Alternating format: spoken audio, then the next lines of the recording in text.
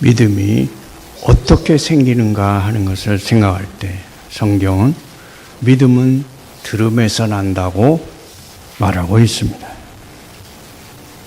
이 말은 기독교 성경이, 기독교 신앙이 자생적인 것이 아니고 인간이 만들어낸 것이 아니라 밖에서부터 온 것이라는 뜻입니다. 그런데 믿음은 사실에 관한 확인이라기보다는 우리를 찾아오시고 자신을 계시하신 하나님에 대한 신뢰이기 때문에 하나님께서 자신을 우리에게 보이시는 일이 먼저 선행되어야 합니다. 그런데 믿음이라는 것이 이렇게 믿어야 할 대상과 내용이 소개되고 설명되고 납득되어야 하는 이유는 무엇일까요? 그것은 하나님이 자신을 나타내시며 믿어야 할 어떤 내용을 설명하시는 이유가 있어야 믿음이 생긴다 하는 선행 조건으로서의 역할이 있기 때문입니다. 모든 믿음은 은혜라고 하는, 그렇게 이야기하는 이유는 하나님이 먼저 우리에게 믿어야 할 대상인 자신을 나타내시고 설명하시고 또 우리가 믿어야 할 내용들을 하나님 외에는 아무도 우리에게 보여주거나 설명할 수 없다는 차원에서 언제나 하나님이 이 일을 시작하셔야만 가능하다는 차원에서 은혜입니다. 하지만 이 은혜는 우리의 반응과 책임을 만들어내기 위한 것입니다. 믿음이 은혜라고 이야기하는 것은 우리가 혼자서 하나님을 더듬어 알거나 기독교의 내용을 우리가 만들어낼 수 있는 것이 아니라 하나님이 자신을 우리에게 보여주시고 하나님이 어떤 분이시며 우리에게 무슨 내용을 채우기 원하시는지를 하나님만이 갖고 계시기 때문입니다. 하나님이 찾아오시고 설명하시고 그렇게 해주시지 않으면 우리는 반응할 수가 없습니다. 결정할 내용과 대상이 없습니다. 그래서 언제나 믿음은 은혜입니다. 그 은혜는 늘 우리에게 설명하고 설득하여 반응하라는 은혜이지, 이제 하나님이 시작하셨으니 하나님이 끝내십시오 하며 책임까지 넘기는 그런 은혜는 아닙니다.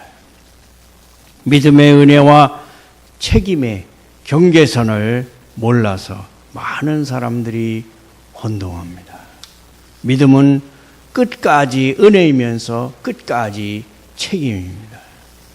구원에서 우리가 은혜와 믿음의 양면성을 볼 수 있는데 오늘 본문 로마서 10장이 그렇습니다.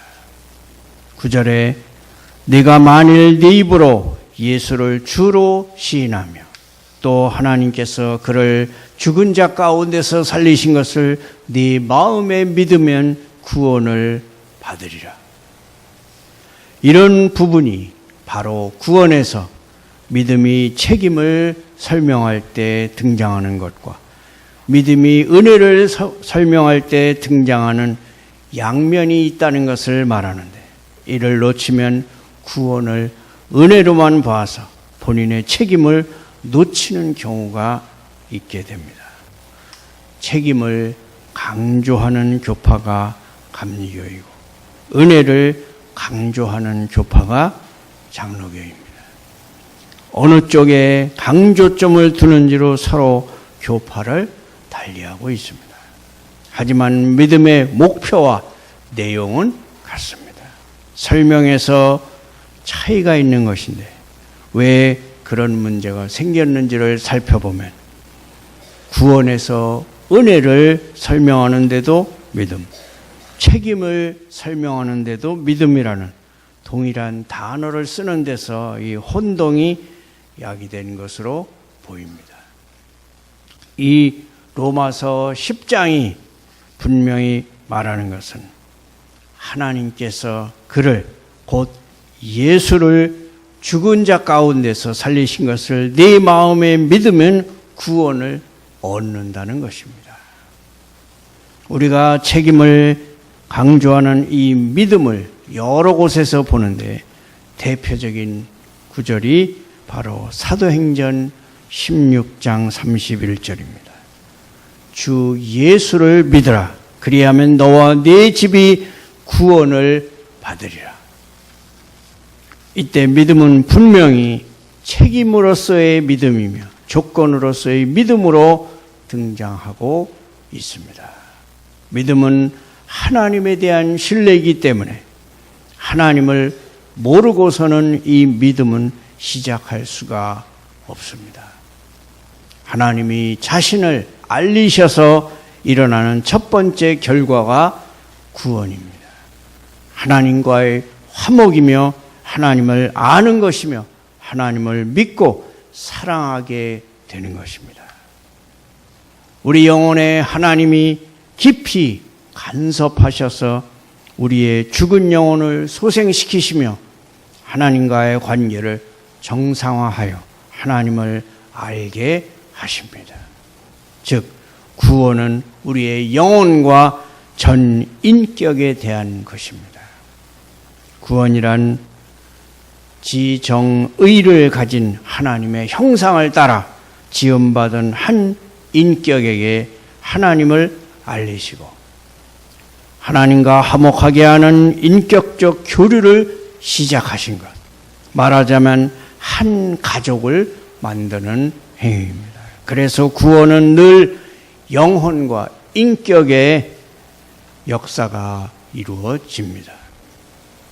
구원이 이루어진 자는 하나님과 화목하는 일과 하나님을 아는 이 일에 인격적인 반응이 언제나 가장 먼저 일어나는 것입니다.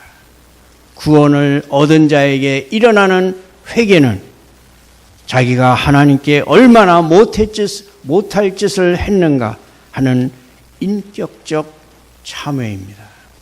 하나님을 잊고 산 것, 하나님을 외면하고 산 것, 하나님 없이 산 것에 대한 참회인 것입니다.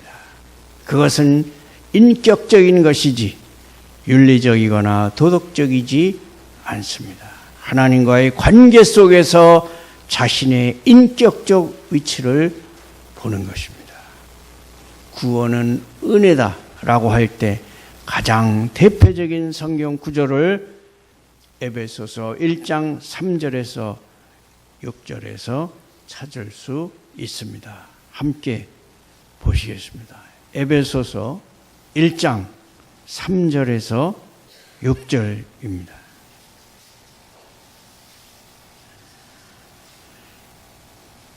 찬송하리로다 하나님 곧 우리 주 예수 그리스도의 아버지께서 그리스도 안에서 하늘에 속한 모든 신령한 복을 우리에게 주시되 곧 창세전에 그리스도 안에서 우리를 택하사 우리로 사랑 안에서 그 앞에 거룩하고 흠이 없게 하시려고 그 기쁘신 뜻대로 우리를 예정하사 예수 그리스도로 말미암아 자기의 아들들이 되게 하셨으니 이는 그가 사랑하시는 자 안에서 우리에게 거저 주시는 바 그의 은혜의 영광을 찬송하게 하려는 것이라.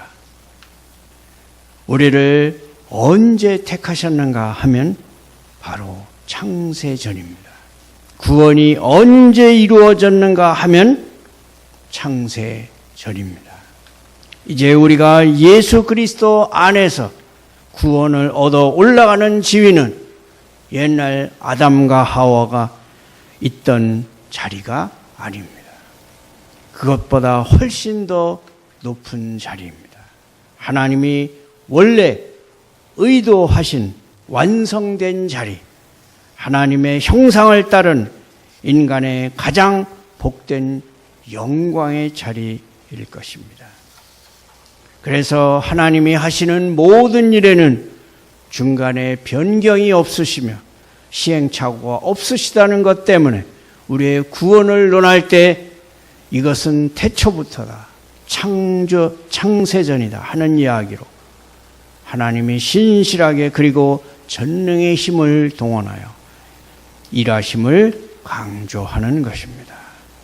우리의 구원은 하나님의 뜻에 의한 것이요, 하나님이 뜻을 세우셨으면 처음부터 가지신 뜻이지 중간에 일이 잘 안 되어 변경해서 만드신 것이 아닙니다.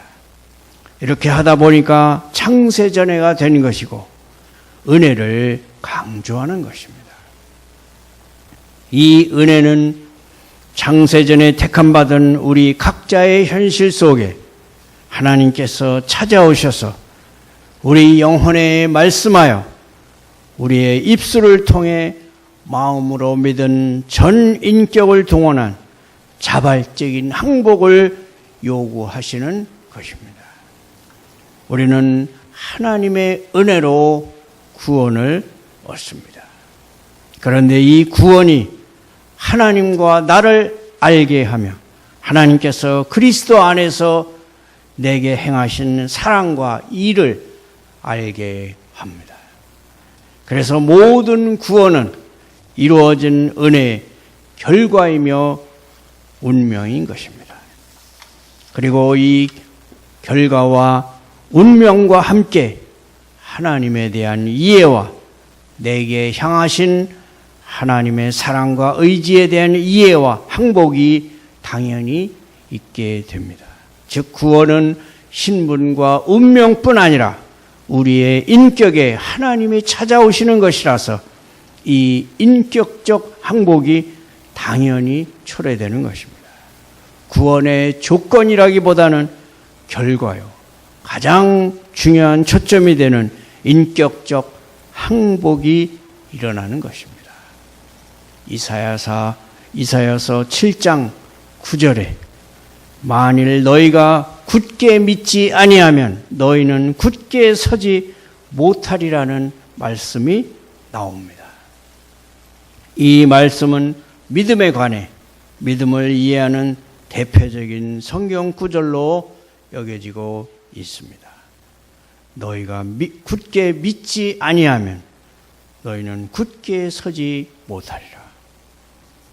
이 말씀은 믿음과 존재의 일치를 뜻하는 구절로 이해됩니다. 즉 믿지 아니하면 그 존재가 무너진다는 것입니다. 믿지 못하면 그 존재는 없는 것입니다. 즉 하나님에게 인정받는 존재는 믿는 자라는 것입니다. 빌립보서 2장 12절에 이런 설명이 나옵니다. 여기에서 은혜로 얻은 구원이 책임의 믿음을 구하는 것으로 언제나 연결되는 것을 봅니다. 그러므로 나의 사랑하는 자들아, 너희가 나 있을 때뿐 아니라 더욱 지금 나 없을 때에도 항상 복종하여 두렵고 떨림으로 너희 구원을 이루라.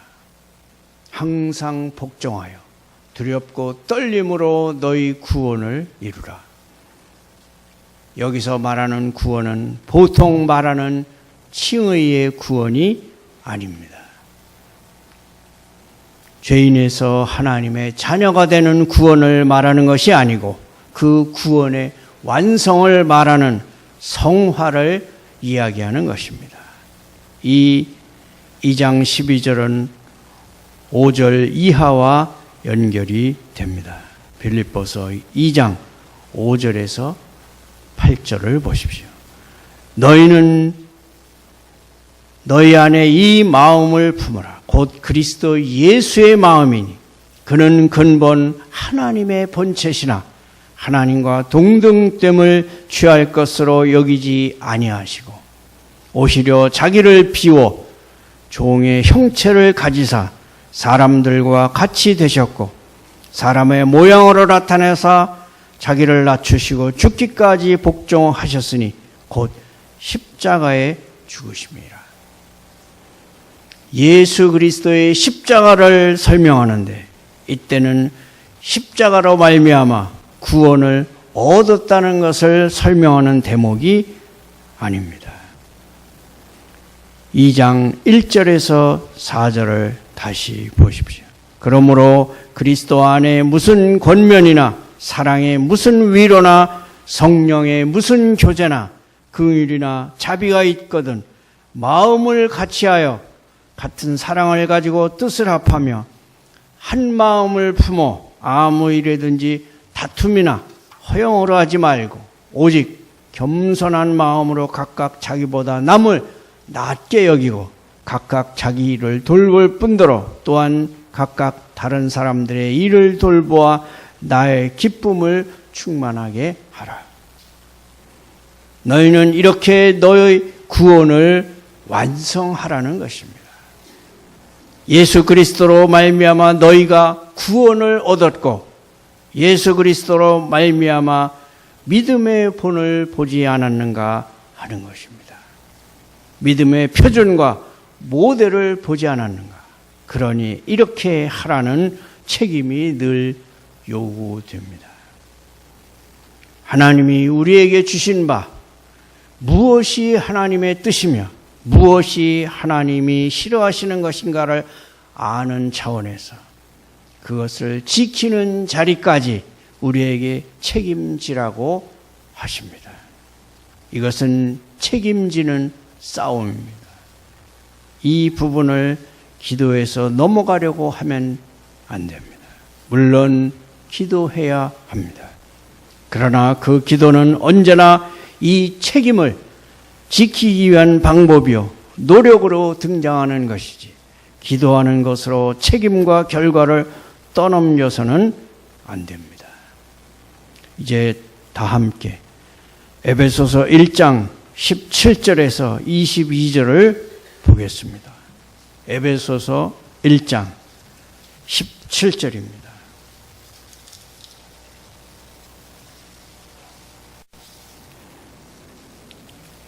우리 주 예수 그리스도의 하나님 영광의 아버지께서 지혜와 계시의 영을 너희에게 주사 하나님을 알게 하시고 너희 마음의 눈을 밝히사 그의 부르심의 소망이 무엇이며 성도 안에서 그 기업의 영광의 풍성함이 무엇이며 그의 힘의 위력으로 역사하심을 따라 믿는 우리에게 베푸신 능력의 지극히 크심이 어떠한 것을 너희로 알게 하시기를 구하노라.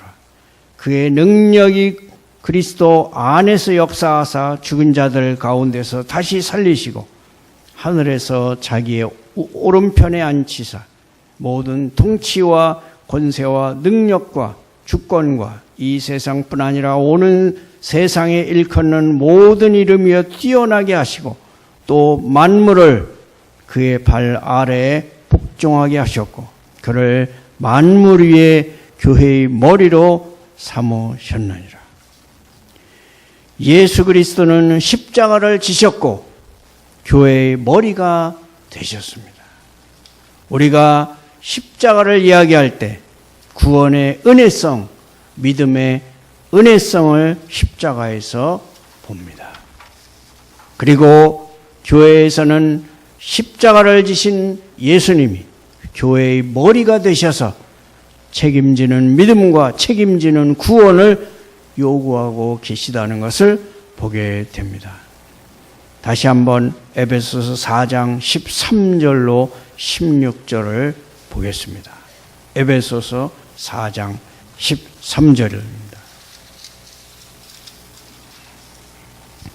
우리가 다 하나님의 아들을 믿는 것과 아는 일에 하나가 되어 온전한 사람을 이루어 그리스도의 장성한 분량이 충만한 데까지 이르리. 이는 우리가 이제부터 어린아이가 되지 아니하여 사람의 속임수와 간사한 유혹에 빠져 온갖 교훈의 풍조에 밀려 요동하지 않게 하려 함이라. 오직 사랑 안에서 참된 것을 하여 범사에 그에게까지 자랄지라. 그는 머리니 곧 그리스도라. 그에게서 온 몸이 각 마디를 통하여 도움을 받음으로 연결되고 결합되어 각 지체의 분량대로 역사하여 그 몸을 자라게 하며 사랑 안에서 스스로 세우느니라. 이제 예수님은 우리의 죄를 지고 십자가에 달려 죽으신 데서부터 교회의 머리가 되셔서 끊임없이 우리에게 주님의 말씀과 주님의 뜻을 가르치십니다. 그래서 요동하지 않는 믿음의 자리까지 가게 하십니다. 머리가 우리에게 가르친다는 사실에서는 은혜이고, 그것을 내가 해야 한다는 사실에서는 책임입니다. 그래서 우리가 다 하나님의 아들을 믿는 것과 아는 일에 하나가 되어 온전한 사람을 이루어 그리스도의 장성한 분량이 충만한 데까지 이르러야 하는 것입니다. 이것이 우리의 책임입니다.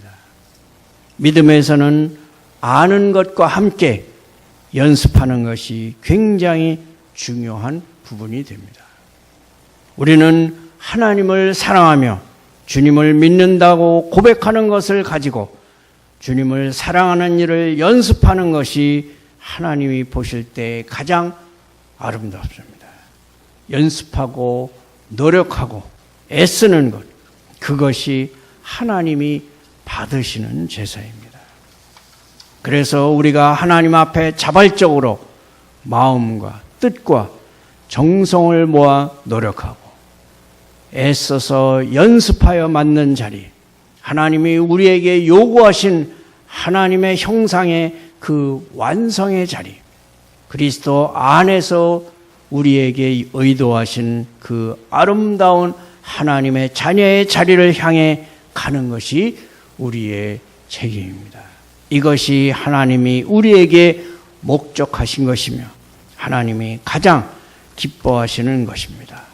이제 마지막으로 디도서 2장 14절을 함께 보시겠습니다. 디도서 2장 14절. 디모데 전후서 다음에 디도서가 나옵니다. 그가 우리를 대신하여 자신을 주심은, 즉 예수님이 우리를 대신하여 자신을 주심은 모든 불법에서 우리를 속량하시고 우리를 깨끗하게 하사 선한 일을 열심히 하는 자기 백성이 되게 하려 하심이라.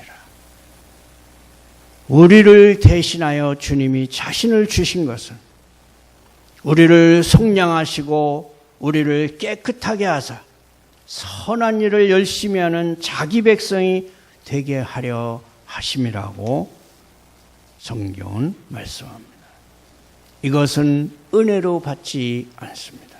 물론 늘 은혜가 있지만 우리의 의지가 나약하고 이해가 부족하고 세상 유혹이 너무 심할 때 하나님께서 더 확실하고 크게 간섭하셔서 나로 하여금 더 분명하게 주님을 붙잡게 해달라고 은혜를 구할 수 있습니다.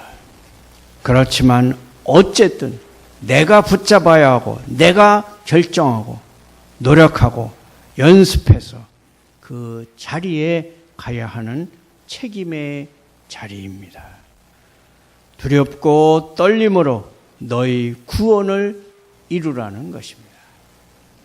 이 믿음의 양면성, 우리의 책임, 하나님의 은혜를 같이 명심하고 연습하고 노력하는 여러분이 되시기를 축원합니다.